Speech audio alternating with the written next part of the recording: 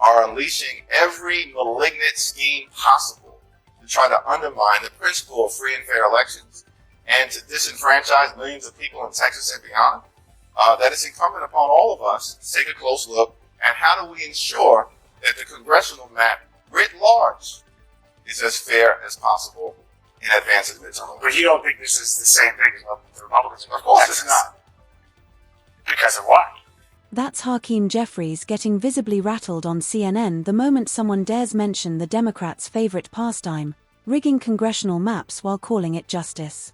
1 minute it's a sacred defense of democracy, the next it's an outright scheme to win, depending on who's holding the pen. Welcome to the channel. Democrats are melting down yet again over redistricting, because when they draw the maps, it's about fairness. But when Republicans do it, suddenly democracy itself is under attack. One of the most important things President Donald Trump did was teach Republicans to stop apologizing for playing by the same rules. The selective outrage is absurd, and everyone can see it. To get an upper hand, that they have to actually redraw an entire state's congressional maps in order to get 5 whole seats out of it. Oh, probably the same thing that it signifies when they did it in Illinois. They got a 14-3 delegation for D's. Maryland 7-1, Massachusetts 9-0. We know what happened here in New York, California. Even though they have a commission, we all know what goes on there. In a mid-cycle specifically, are all of those cases in mid-cycle? All of these cases are where Democrats use the power Yeah, they have to give them an but just to be clear, because I didn't do the research that you did in the break here, is it that they're changing it after the actual census process, where you're supposed to create you're supposed to go through the congressional redistricting process? Does it matter? I think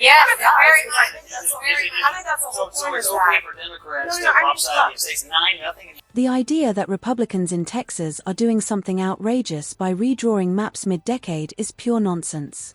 Democrats have been running the same play for years. After the 2016 election, mid-decade redistricting in states like North Carolina, Pennsylvania, and Virginia flipped 5 to 7 seats, enough to help Democrats retake the House in 2018. Scott Jennings simply threw their own record back at them.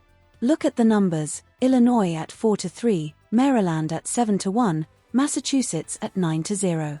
And Democrats nearly got away with a 22-4 map in New York before the court stepped in.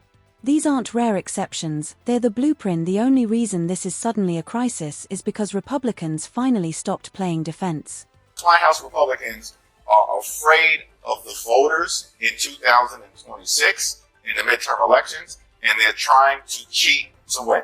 Cheat to win? But this is what majorities do. They redraw lines. It is completely and totally unprecedented to engage in mid-decade redistricting. That is only being done because House Republicans in Texas and beyond know they have no track record of success. New York, I've talked to some members of your delegation, Democrats who want New York to change the maps, try to add seats, Democratic seats in New York. Would you support that effort in your state? Let me just simply say the maps in New York are not as fair as they could be.